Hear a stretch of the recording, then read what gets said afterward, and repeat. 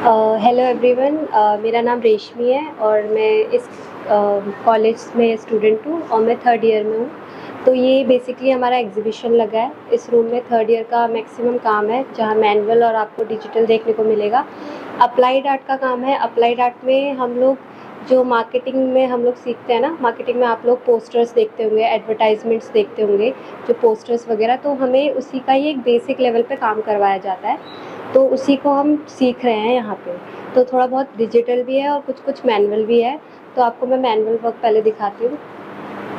तो जैसे यहाँ पे न्यूज़पेपर एड्स अगर आपने देखा होगा तो न्यूज़पेपर का जितना लेंथ होता है उतने में हमें साइज़ दिया जाता है। तो उस बेसिस पे यहाँ पे बच्चों ने कुछ बनाया है। जैसे न्यूज़पेपर में आपको वर्टिकल में कोई एड्स वगैरह दिखते होंगे तो ये उस पे बेसिस है। जैसे आप वो अमूल वाला देख सकते हो, तो वहाँ पे ये सारा मैनुअल किया है अभी तो बच्चों ने, क्योंकि हमारा पहले स्टार्टिंग में मैनुअल चलता है फिर हम डिजिटल पे आते हैं। तो हमें फ़ोटोशॉप और एआई वगैरह, तो ये अगर आप आना चाहते हो अप्लाइड के उसमें, तो हमें ये सारा नॉलेज होना चाहिए कि कैसे एड्स बनते हैं। तो वो हम सब यहाँ सीखते हैं। तो ये सारा मैनुअल था। और बाकी थोड़ी इलस्ट्रेशन वगैरह भी हमें सिखाई जाती है। जैसे कोई कैलेंडर पे हमें इलस्ट्रेशन चाहिए होता है, कोई ड्राइंग्स वगैरह, तो उसके लिए हम यूज़ करते हैं। बाकी यहाँ पे हमें फ़ोल्डर्स वगैरह बनवाए थे। आप टूरिज़्म वगैरह में फ़ोल्डर्स देखते होंगे, जो हमें कहीं पे जैसे हम रेस्टोरेंट वगैरह में भी जाते हैं तो वहाँ पे भी फ़ोल्डर्स होते हैं। और होटल्स वगैरह के उनके फ़ोल्डर्स होते हैं कि हमारे यहाँ पे ये घूमने की जगह है, ये अच्छी जगह है, तो वो फ़ोल्डर्स भी हम डिज़ाइन करते हैं।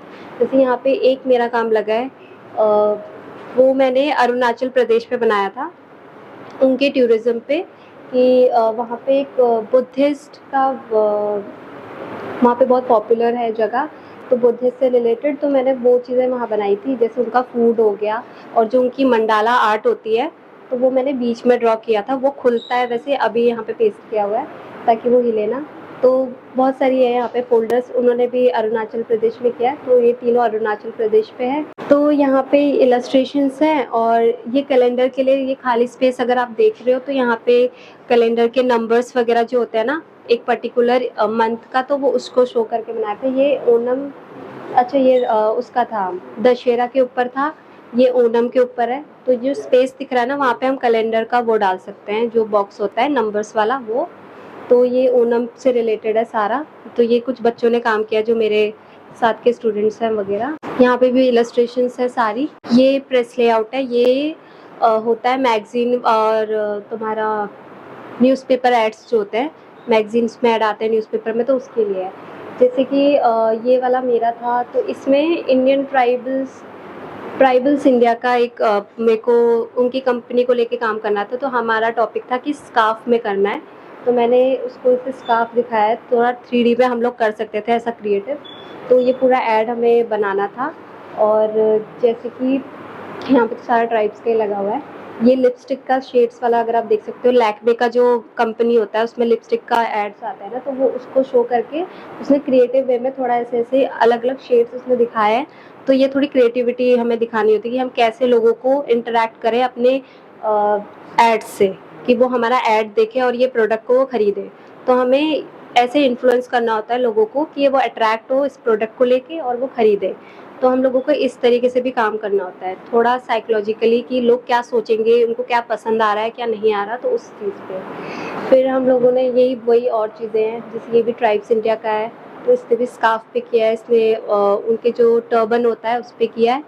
और यहाँ पे लैक्मे का जो नेल पेंट होता है उस पर इसने बनाया है, सपना वगैरह ने। और ये फर्नीचर के ऊपर है, ऑरेंज ट्री करके एक कंपनी है, वो फर्नीचर्स वगैरह बेचते हैं। तो ये उनका फर्नीचर वगैरह है, तो उसने ऐसे कुछ इलस्ट्रेट किया है। और मतलब ये थोड़ा डिजिटल भी है और मैनुअल भी है। जैसे ये थोड़ा उसने मैनुअली किया है और ये डिजिटल में उसने प्रिंट आउट निकाला है। तो हम लोगों को ऐसे करके मिक्सअप किया था। ये 4 काम लगे हैं, तो ये टोटल वो है, पूरा डिजिटल है। तो ये बेसिकली सन बोर्ड पे हम लोगों को पोस्टर्स डिज़ाइन करने होते हैं, तो सबका अलग अलग टॉपिक होता है। अच्छा। तो मैंने आयुष करके एक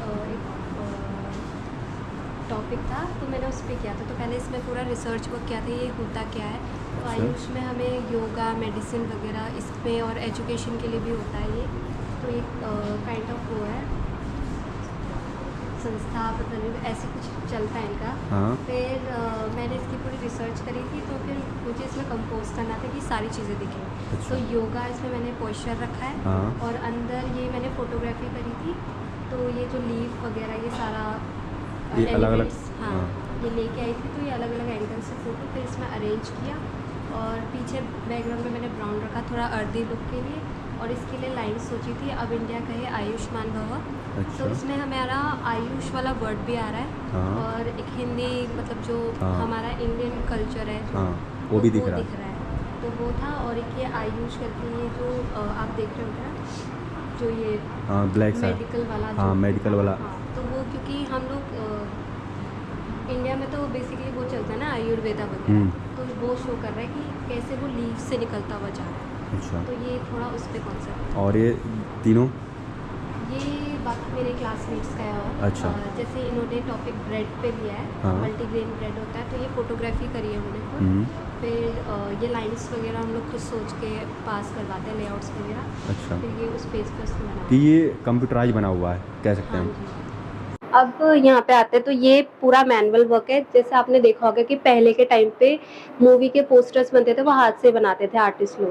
पहले से कोई प्रिंटिंग वगैरह नहीं होता था, तो आपको कभी मतलब अगर आप पुराने टाइम की मूवीज़ भी देखोगे, वहाँ पे भी बड़े बड़े होल्डिंग्स लगते थे मूवीज़ के, पुराने टाइम पे 90s वाले एरिया पे। तो जो एरा था उस टाइम पे हाथ से बनते थे, तो उसको हमें सिखाने के लिए कि मूवी पोस्टर्स कैसे बनाए जाते हैं, तो उस कॉन्सेप्ट पे बनाया था। तो हर एक क्लास में अलग अलग टाइम पीरियड मिला था। तो यहाँ पे हमें कुछ बच्चों ने 90s को लिया है, कुछ बच्चों ने अभी रिसेंटली जो मूवीज़ आई है उस पे बनाई है। तो जैसे लापता लेडीज़ अभी आई है रिसेंटली, तो ये एक बच्चे ने उस पे पूरा मूवी पोस्टर बनाया है। तो ये कुछ कॉपी वर्क तो नहीं किया है, ये उन्होंने खुद से ही कैरेक्टर्स उठा के उसको कंपोज करके बनाया है सारा, कि कब डेट रिलीज़ हो रही है, उसका प्रोड्यूसर और किसने प्रोड्यूस किया है और क्या म्यूज़िक है वगैरह। तो वो सारा मेंशन करके वो सारा हाथ से लिखा गया है। जैसे ये वाला पुराने टाइम की है, 90s की है, तो वो है। और ये चाइना टाउन भी पुराने टाइम की है, तो उसके ही कलर कॉम्बिनेशन उस टाइम पे जैसे हुआ करते थे तो वो वैसे किया है। और ये भी सारे पुराने टाइम की मूवीज़ है 90s की। बाकी ये जैसे अभी मिल्खा सिंह है, ये बहुत पॉपुलर मूवी है, देखी होगी। तो उस कॉन्सेप्ट को लेके उसने अपने हिसाब से इलस्ट्रेट किया है कि कैसे वो उसने मेन कैरेक्टर को आगे भगाया है, और पीछे पीछे सारे कैरेक्टर्स हैं। तो ये सारा उसने लिखा भी हाथ से ही है, मतलब कोई प्रिंट नहीं है। बाकी ये पुरानी टाइम की मूवीज़ है। और ये पद्मावत है, ये कहानी वगैरह, तो उसने ये पूरा जाल वाल बनाना, तो ये सारा का सारा मूवी पोस्टर्स डिज़ाइन है।